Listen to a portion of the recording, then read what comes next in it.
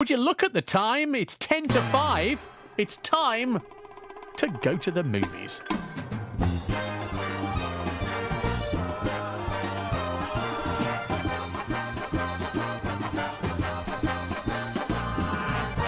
He's the movie reviewer for the Radio Times, he's the movie reviewer for the Metro newspaper, but more importantly than any of that, he's the movie reviewer for us on BBC Coventry and Warwickshire. Hello, James Luxford. Hiya. How are you? I'm not too bad, how are you? Yeah, good week. Yeah, all right. We're kind of dealing with the aftermath of Avengers Endgame, so it's been a very busy week for people like me, kind of predicting how far it'll go and things like that. I mean, the records it took at the box office, you must have seen some of those box office figures, 1.2 billion, I think they say. 1.2 billion over the weekend. I think it's at 1.5 billion now, Wow. which, for context, is what Black Panther made overall. Its total entire run from Right, okay. 6 weeks, 2 months in the cinema. That's and it's really racing towards those Avatar and Titanic records to become one of the biggest grossing of all time. I'm not sure if it will do it, but It's on the way. it's on the way. Yeah. Okay. So with that in mind, this week, does everything feel a bit sort of in the wake of Avengers this week? It is a little bit. It's a little bit counter programming. There's very different movies out this week, and the first one is the comedy Long Shot, and Charlize Theron plays a presidential hopeful who hires an old friend played by Seth Rogen to be her speechwriter. I can't shake this feeling that we know each other. We do. We do? Picture me, I guess, maybe like 20 years younger, but like this. Floor ski? Yeah! What are you doing these days? I'm a journalist. You're a great writer, but sometimes you're a little too much. I don't think I am too much. I actually think I am the perfect right portion. Charlize Theron, of course, known for the Christian Dior TV ads, but an actress in her own right. Incredible as well as actress, being yeah. Mad Max, Atomic Blonde, things like that. And I like this. I'm a little bit over the Hollywood thing of isn't it hilarious when an average-looking person falls for a very, very good-looking person? Yeah. I think it's a little bit old-fashioned. I think it's a little bit.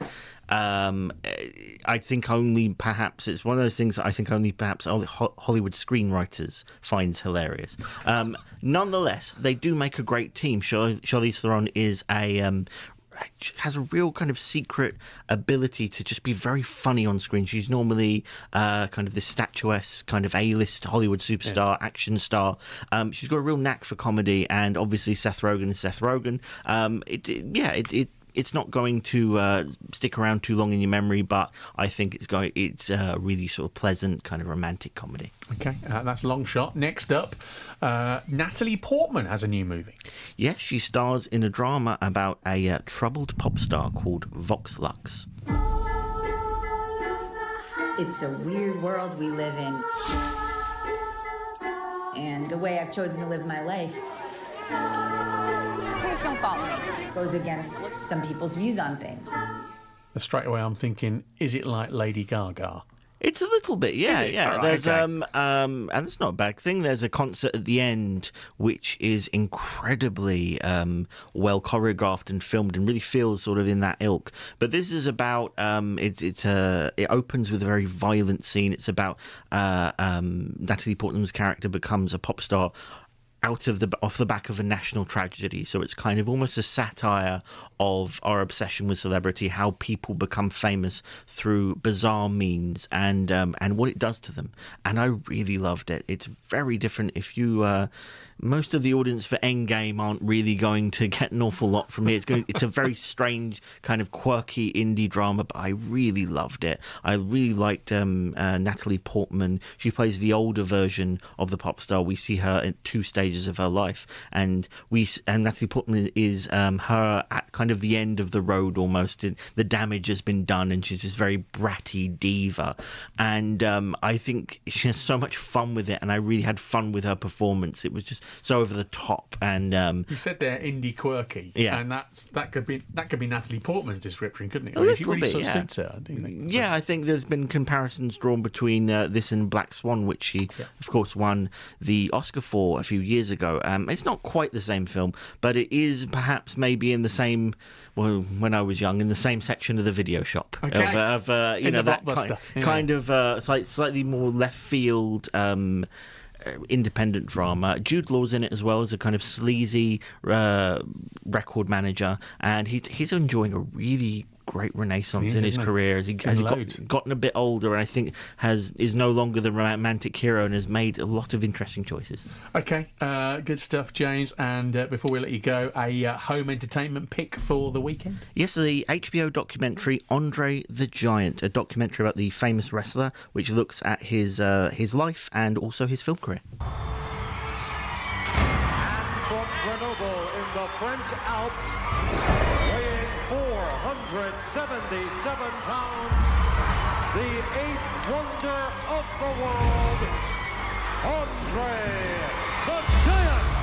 Those of you not familiar with your WWE, he was a freak, wasn't he? Really, in terms of size and stature. Over 7 foot. He had I think it was something with his pituitary gland, which meant he just kept growing, and it brought him immense fortune, but also meant he led quite a tragic life. As this is what this documentary is about. It's about a little bit about the wrestling, because obviously that's what brought him fame, but it's about what it was like to live in a world that just doesn't.